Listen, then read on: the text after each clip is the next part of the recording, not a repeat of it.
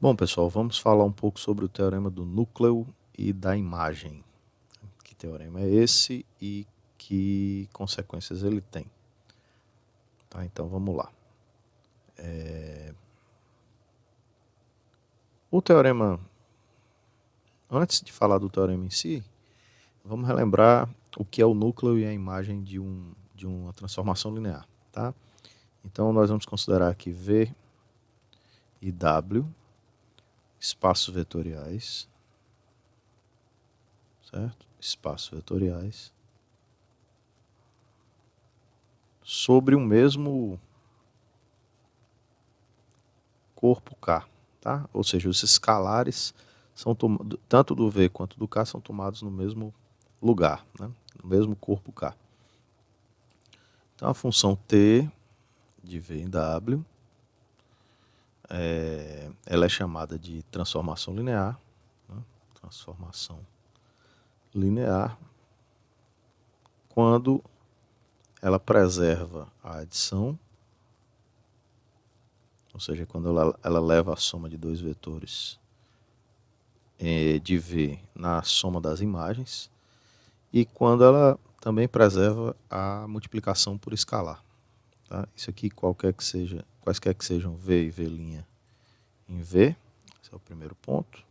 A segunda condição é que T de alfa V é igual a alfa T de V, qualquer que seja alfa pertencente a K, qualquer que seja V pertencente a V.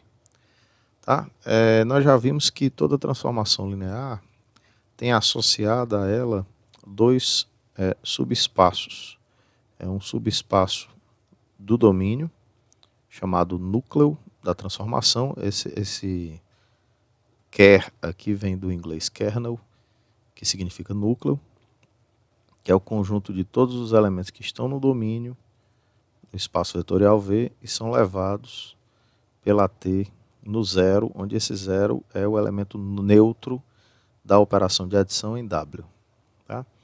E a imagem, que é aquilo que a gente está acostumado a trabalhar, que são os elementos do contradomínio que são atingidos por algum elemento do domínio, ou seja, são imagem de algum elemento que está no domínio. Nós fizemos um esqueminha, que eu vou relembrar aqui também, que é esse aqui. Ó. Nós temos aqui, se nós desenharmos os diagramas, tá? Diagramas de Venn, aí considerarmos aqui a T, a imagem ela vai ser um subconjunto do contradomínio.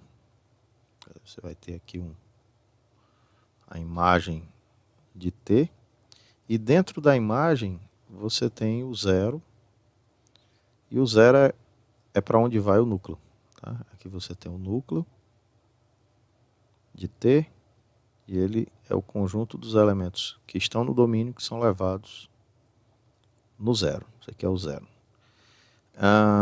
E esse conjunto todo aqui é o V, esse conjunto todo aqui é o W. Nós já mostramos que o núcleo é subespaço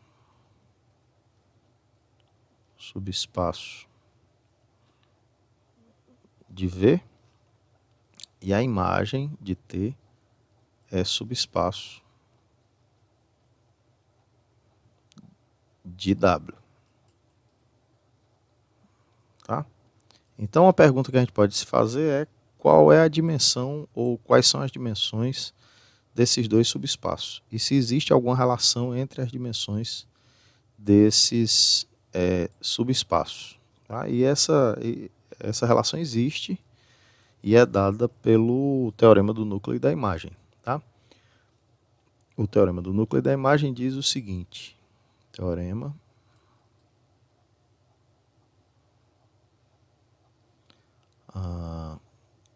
se T de V em W é uma transformação linear,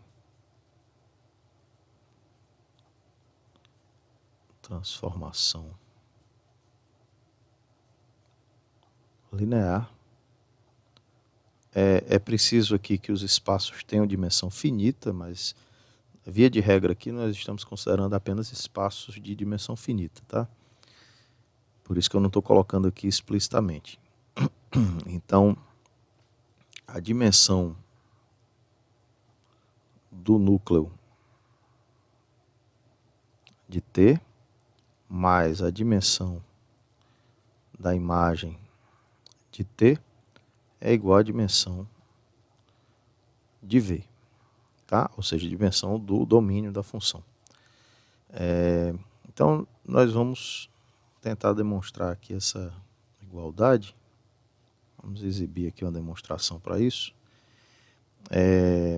E como é que a gente faz, né? Então, nós vamos basear nosso argumento no seguinte fato. Se você tem um subespaço,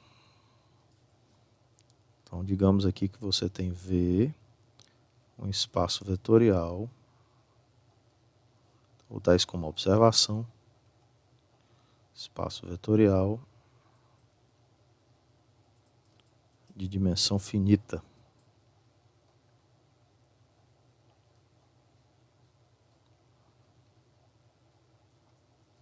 E você tem S, um subespaço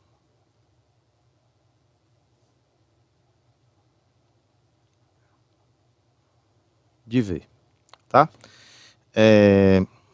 A dimensão do subespaço é menor ou igual à dimensão do espaço, tá? Então, esse subespaço aqui, digamos que o subespaço V tem a dimensão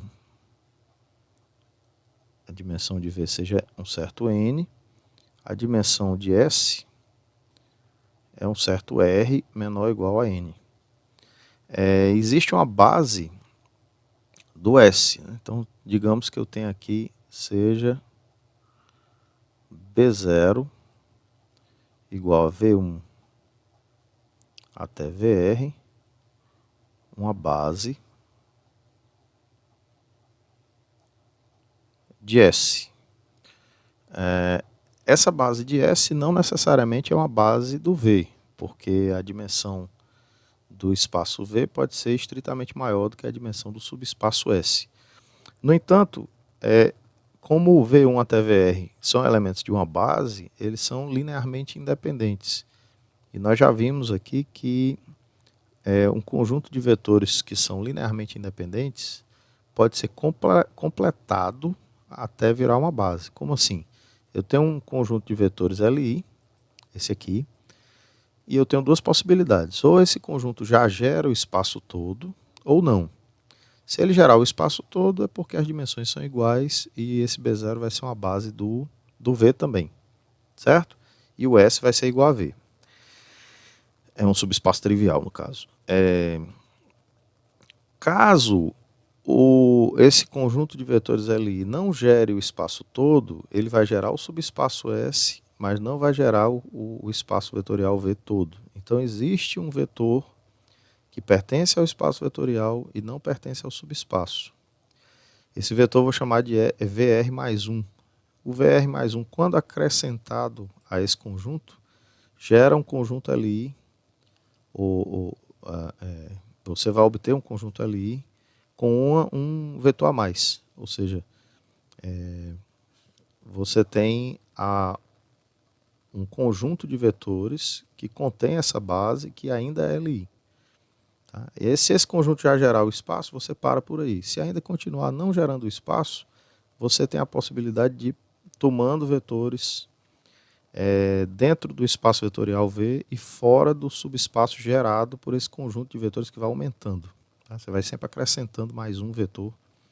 A gente já fez essa construção aqui, eu estou só falando para a gente relembrar. Isso significa que após um número finito de passos, como a dimensão é finita, a dimensão do espaço vetorial V é finita, e eu estou aumentando em cada passo uma unidade, a quantidade de vetores, após um número finito de passos eu vou chegar numa quantidade de vetores que coincide com a dimensão do espaço e, portanto, eu vou ter uma base. Tá? Vou ter um conjunto de vetores LI que esse conjunto vai acabar gerando o espaço todo. Isso é que significa completar um conjunto LI para obter uma base de S. Eu estou falando isso aqui porque a gente vai usar esse fato na demonstração do teorema do núcleo da imagem. Então, vamos completar aqui, é uma base de S. Existem vetores VR mais 1 até Vn, tais que o conjunto B1, vamos chamar de B1, assim, que é o conjunto dos vetores que já estavam no B0, acrescentado ou adjuntado desses vetores novos aqui, esse B1 vai ser uma base. Isso aqui é base, é uma base de V. Tá? Então veja, eu tinha esses vetores aqui, que são os vetores que estão no B0. E o que eu estou dizendo é que se você tem um certo conjunto de vetores que são LI, você consegue completar esse conjunto até chegar numa base do espaço vetorial todo. Tá? Então, para a gente demonstrar o teorema do núcleo da imagem, esse teorema aqui, nós vamos começar com uma base do núcleo. Tá? Porque, veja bem, o que a gente quer aqui? Né? O que a gente quer é mostrar que a dimensão do núcleo mais a dimensão da imagem é igual à dimensão do espaço todo. Note que o núcleo é um subespaço do espaço vetorial V. Você tem o espaço vetorial V aqui, e na aula passada a gente mostrou que o núcleo é um subespaço. Ele é um subconjunto, mas mais do que isso, é um subespaço do espaço vetorial V. E aí o que eu quero é completar, eu vou pegar uma base desse subespaço do núcleo e vou completar até obter uma base do V usando essa observação que a gente acabou de ver aqui. Tá? Então vamos lá. Vamos demonstrar o teorema. Demonstração do teorema.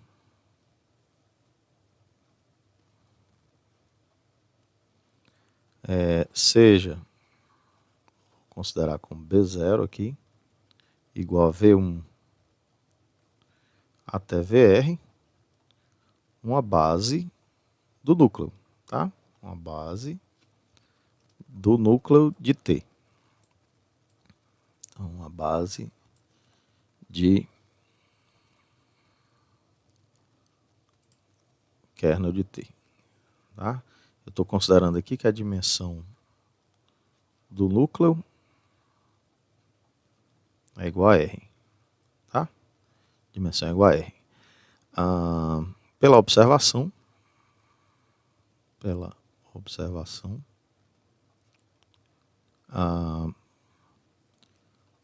podemos completar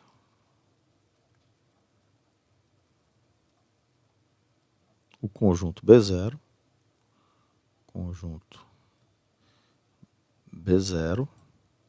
até obtermos uma base,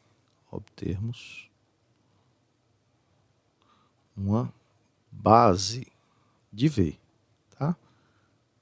Porque, lembrando, o núcleo está contido em V, é um subespaço de V. Tá? Então esses vetores que formam os vetores V1 até, vou chamar de B aqui, os vetores V1 até VR, que formam a base do núcleo, eles são vetores LI, esses vetores aqui são vetores LI em V. Tá? E aí, pela observação, eu posso completar isso aqui, colocando um VR mais 1 até um Vn, e isso aqui é uma base do espaço vetorial V. Tá? Onde esses vetores aqui todos estão em V também. Tá? E esse N é a dimensão do espaço vetorial V. Tá? Agora a ideia é observar o que acontece quando eu aplico a transformação linear T a esses vetores. Então eu vou aplicar a transformação linear T ao V1, etc., até o Vn. Então vamos lá. A gente sabe o seguinte. Eu vou chamar aqui de T de B, certo? O conjunto dos elementos agora do W, certo? T de V1 até T de Vn. Isso aqui é um subconjunto agora do W. A gente sabe que esses vetores aqui, o V1 até o VR, geram o núcleo. Então, em particular, V1 até VR pertencem ao núcleo. Pertencem ao núcleo de T. Isso implica que o T de V1 é zero, porque um elemento está no núcleo somente se a imagem dele é zero pela transformação T. Mesma coisa para os outros T's até o T de VR. T de VR é zero. Então, quando eu aplico a transformação linear a todos os vetores do primeiro até o que está na posição R, o resultado é zero. Tá? O que é que sobra? O que sobra são esses vetores aqui. Quer dizer, então o T de B, que a princípio era o conjunto das imagens dos vetores que estão em B, como a maioria deles é zero, né, e não vai fazer diferença nenhuma na hora que eu considerar. Eu vou colocar aqui um zero, tá? Daqui a pouco a gente vai ver que a gente pode tirar isso aqui do conjunto. E aqui vai aparecer um T de VR mais 1 até T de Vn. Eu quero saber o que é esse espaço aqui. Eu vou chamar de S, o subespaço gerado pelo T de B.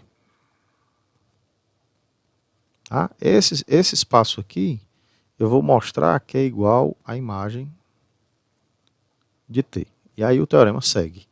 Por quê? Porque note que esse vetor aqui ele pode ser jogado fora, tá? Quando eu considerar aqui esse espaço vetorial gerado por esses vetores, o zero ele não vai contribuir nada, porque o que é que eu faço para gerar um subespaço a partir de um conjunto de vetores? Eu vou pegar cada vetor, multiplicar por um escalar e vou somar tudo. Qualquer escalar que eu multiplicar por esse vetor nulo vai resultar no vetor nulo. Então você não vai ter nada a acrescentar com esse zero aqui. Então esse S, na verdade, ele é o subespaço gerado por esse conjunto aqui, T de VR mais 1, tá? Até T de Vn. Eu posso tirar o zero aqui desse conjunto de vetores que estão gerando esse subespaço. Agora eu preciso mostrar essa igualdade aqui. Tá? Isso aqui ainda não foi demonstrado, não. Uma vez que eu tenho essa igualdade, né? Uma vez que eu tenho essa igualdade, por que é que o teorema vai ser consequência disso? Esses vetores aqui,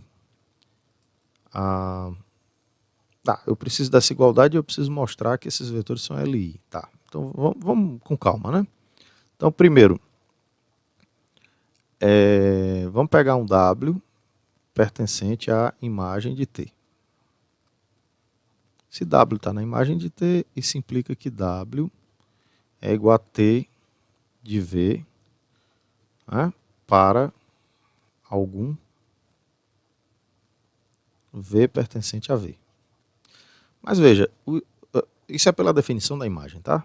Se um elemento está na imagem, é porque ele é imagem de algum elemento que está no domínio, pela T.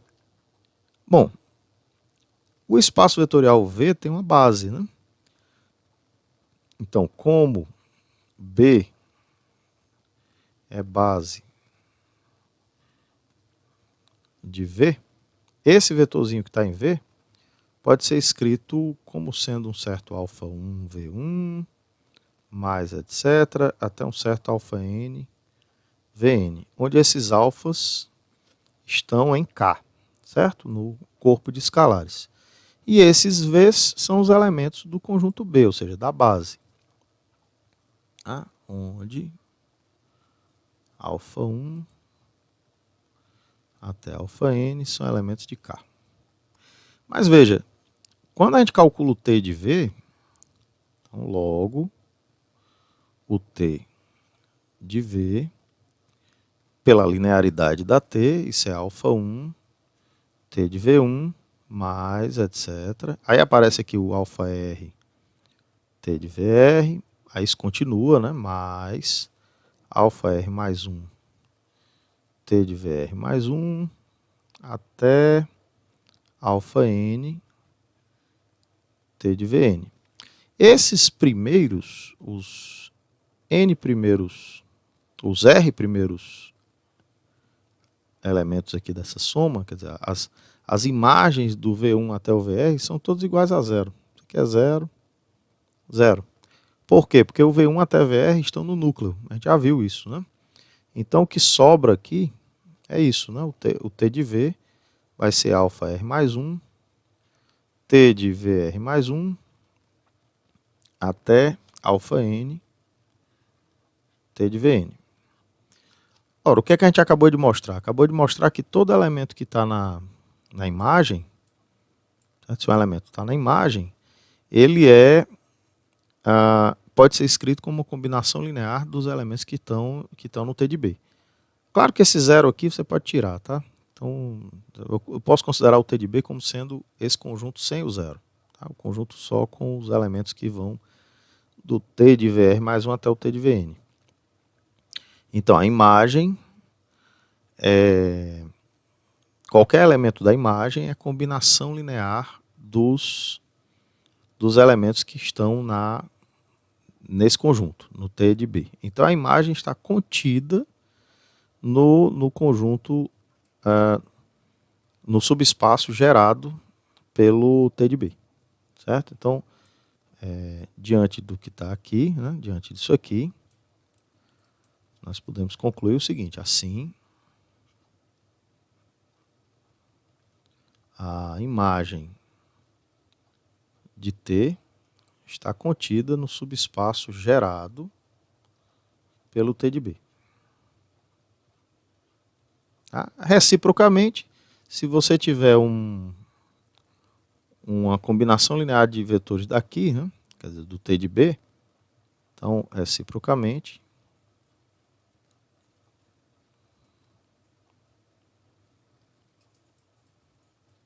se eu tiver um W pertencente ao subespaço gerado pelo T de B, então W vai ser uma combinação linear tipo um beta 1 ou um beta R mais 1, né? T de VR mais 1, mais etc, até um beta N, T de Vn, que são os elementos do T de B, já tirando o zero do T de B. Tá? Mas isso é igual a T de beta R mais 1, VR mais 1, pela linearidade da T, tá? Eu posso escrever assim. E esse elemento aqui pertence a V. Portanto, um W, que é a combinação linear desses elementos de T de B, dessas imagens, ele vai ser imagem de algum elemento que está em V. Portanto, isso implica que o W pertence à imagem.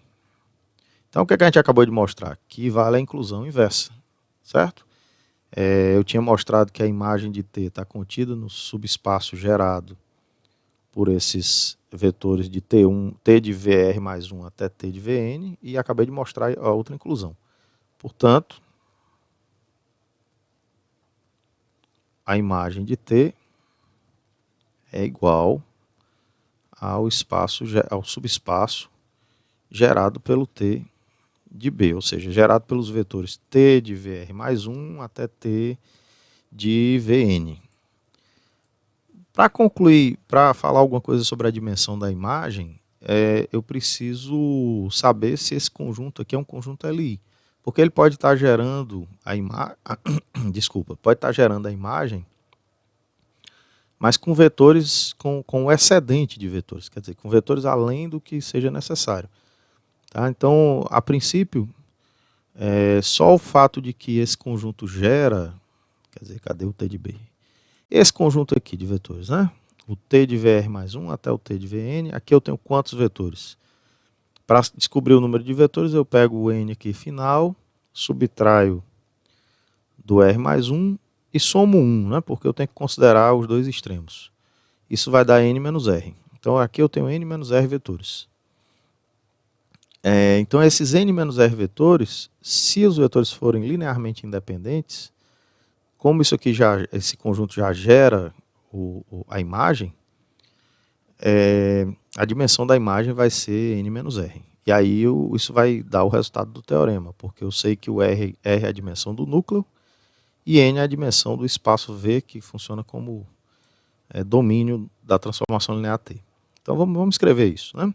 Então o que a gente precisa mostrar agora é que esse conjunto T de... Bom, vamos mostrar aqui. O conjunto T de B, que eu estou considerando agora como sendo T de VR mais 1 até T de Vn, tirando o zero, tá? A princípio tinha um zero aqui, mas eu tirei, porque ele não vai fazer diferença na hora de fazer as combinações lineares. Então, ao fazer isso aqui, eu preciso mostrar, para mostrar que ele é uma base da imagem, eu preciso mostrar que ele é LI. É um conjunto de vetores linearmente independentes. Como é que a gente mostra isso? Vamos fazer a conta. A gente mostra da maneira usual, né? Eu vou pegar uma combinação linear dando zero. Então, suponha que alfa 1 T de... ou para não ficar o índice não ficar destoando aqui, eu vou colocar alfa R mais 1, tá? VR mais 1, mais etc, até alfa N, T de Vn é igual a zero, tá? Com alfa R mais 1 até alfa N pertencentes a K. Tá, então daqui eu posso, claro, pela linearidade da T, eu posso escrever isso assim. Alfa R mais 1, VR mais 1, tudo dentro do T, tá? Alfa N, Vn igual a zero. Ora, mas isso significa que essa combinação linear aqui, alfa R mais 1, VR mais 1, mais alfa N, Vn, a imagem dessa combinação linear está dando zero. Se um elemento do domínio tem imagem zero, é porque ele está no núcleo. Ele está no núcleo de T, certo? Bom, então esse vetor aqui, que é a combinação linear do VR mais 1 até o Vn, pertence ao núcleo. Lá no começo da demonstração, nós começamos a demonstração com a base do núcleo. Tá? Então nós começamos aqui com um conjunto de vetores V1 até Vr, que formavam a base do núcleo. Se eu tenho um elemento que pertence ao núcleo, ele pode ser escrito, então, como? Vou botar aqui. Ele pode ser escrito como combinação linear dos elementos dessa base. Então, como B0 igual a V1 até Vr é base do núcleo, certo? Podemos escrever um elemento do núcleo, esse aqui, alfa R mais 1, VR mais 1, mais alfa N, Vn, esse aqui é um N, como combinação linear, digamos, beta 1, V1, mais, etc., até beta R, VR, com esses beta I's pertencentes a K. Tá?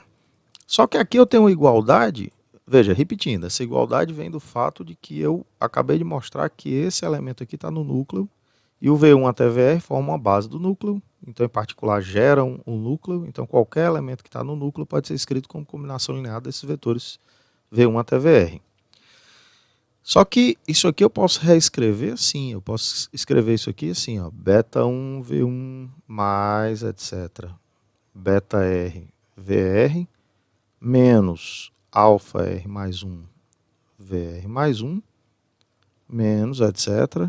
menos alfa N Vn igual a zero. E aí eu tenho uma combinação linear dos vetores que vão de V1 até Vn igual a zero. Só que eu sei que os vetores que vão de V1 até Vn formam uma base de V. Então, como V1 até Vn são elementos, são vetores que formam a base do espaço vetorial V, então você sabe que V1 até Vn são Li. Por quê? Porque são elementos de uma base. Como eles são Li, essa combinação linear lá de baixo, né, a última combinação linear,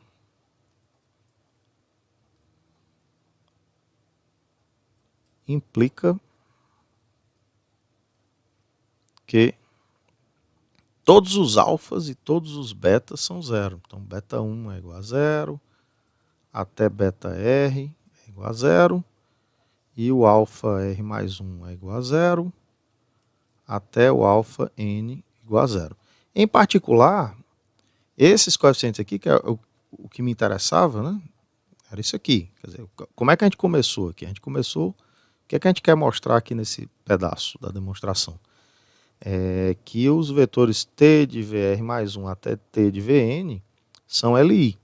Então eu comecei com a combinação linear desses vetores dando zero, dando vetor nulo, e concluí que os coeficientes necessariamente são iguais a zero. Isso, pela definição de vetores Li, significa que esses vetores realmente são linearmente independentes. Ora, então, portanto,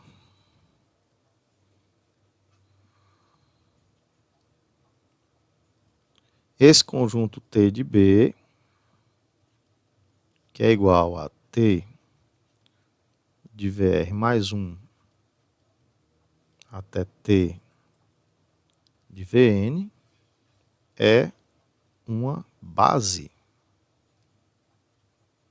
Tá? Uma base da imagem. Certo? Assim, a dimensão da imagem vai ser a quantidade de vetores que está aqui. Certo? A dimensão da imagem de T é igual a N menos R. Mas esse N, a gente já sabe que o N é a dimensão do V.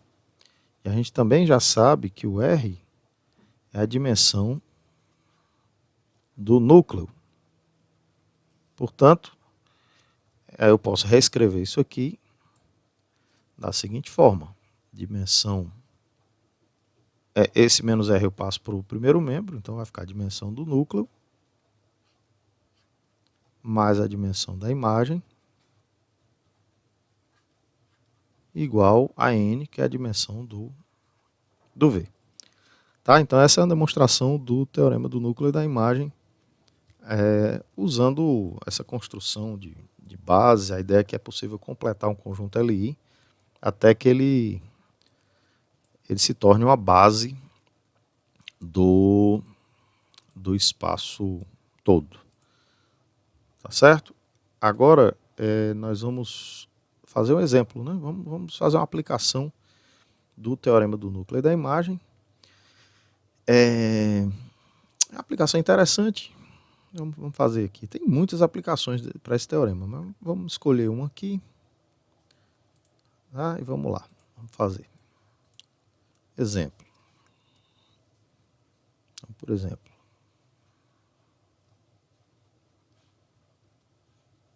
se você tiver é uma transformação T. Tá? E se você souber que o domínio e o contradomínio são espaços vetoriais de mesma dimensão, dimensão finita, tá? Isso aqui é um número natural. Se isso acontece, então são equivalentes.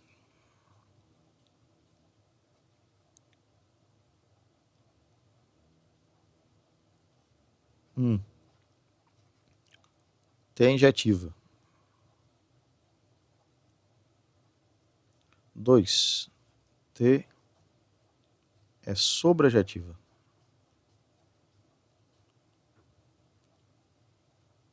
3. T é bijetiva. É claro que, em geral, isso não é verdade, né? Você pode ter uma função, se você tiver uma função qualquer, ela pode ser injetiva sem ser sobrejetiva, e ela também pode ser sobrejetiva sem ser injetiva.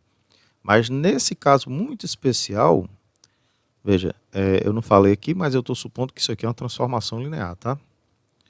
Então, essa aqui é linear. Então, eu tenho uma transformação linear entre dois espaços de mesma dimensão. Então, eu tenho duas hipóteses muito fortes. A primeira é a linearidade da T. A segunda é a igualdade entre as dimensões do domínio e do contradomínio. Então, vamos fazer aqui.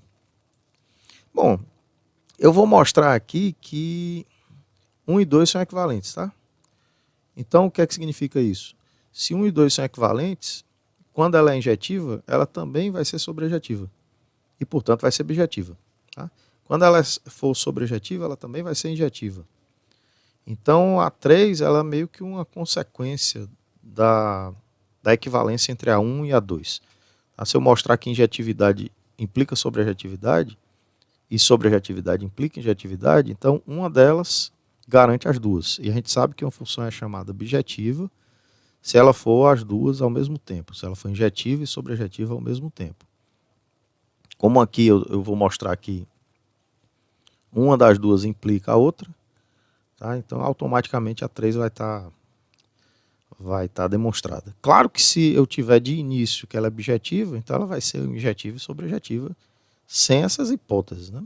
Sem nada. Então, essa 3, a princípio, em geral, é mais forte do que as duas outras. Mas nesse caso, são equivalentes. Como é que a gente faz isso? Vamos lá, vamos demonstrar. O teorema do núcleo e da imagem, né? A gente sabe que T é injetiva, se somente se o núcleo é trivial. O que é que significa o núcleo ser trivial? O núcleo é formado só pelo vetor nulo. Se o núcleo for trivial, isso é equivalente a dizer que a dimensão do núcleo é igual a zero. Certo? Aí, pelo teorema do núcleo e da imagem, como eu sei que a dimensão do núcleo mais a dimensão da imagem é a dimensão do V, tá? Isso aqui é equivalente a dizer que a dimensão da imagem é igual à dimensão de V. Por quê? Porque, em geral, o teorema do núcleo da imagem diz que essa dimensão do V é a dimensão da imagem mais a dimensão do núcleo. Mas o núcleo aqui não está contribuindo em nada. Tá? Então, se o núcleo tem dimensão zero, a dimensão da imagem tem que ser igual à dimensão do V. E reciprocamente, né? Se a dimensão da imagem é igual à dimensão do V, então a dimensão do núcleo é a diferença entre as duas, então vai ter que ser zero. Tá? Esses dois números sendo iguais, quando eu subtraio um do outro, o resultado é zero. Então aqui essa equivalência é onde entra o teorema. Tá? O teorema entra aqui. Teorema do núcleo e da imagem.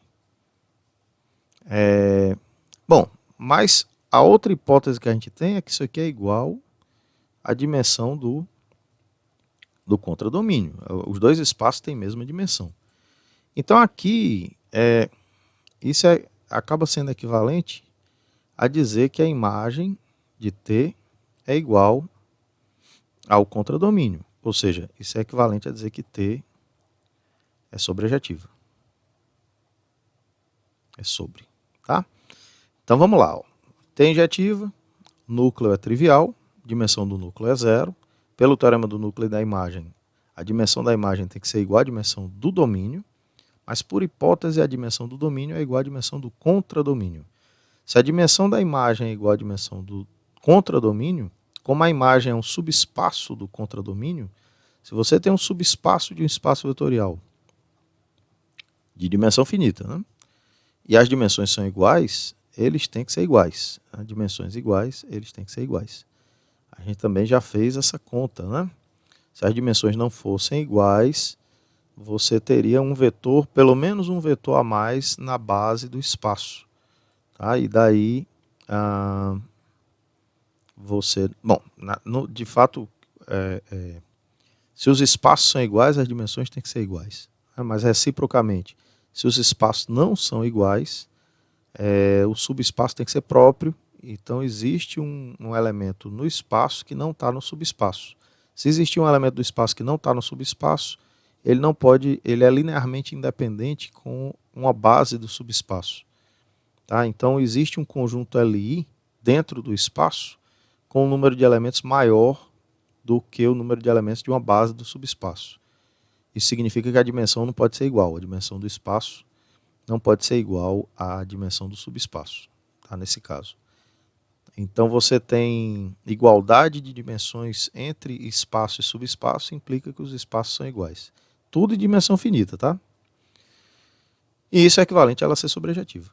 Tá? Então isso aqui vale, e isso é uma coisa muito especial, né? Porque em geral você não tem injetividade e sobrejetividade como sendo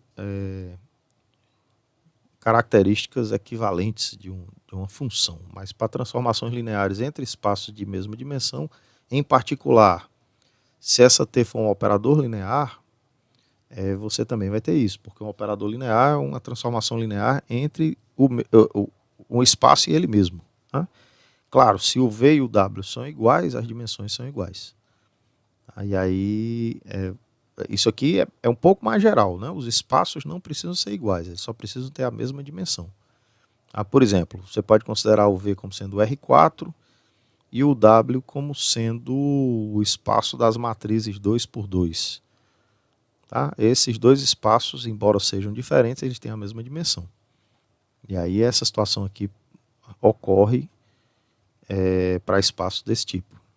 Mas também ocorre para operadores lineares. Tá?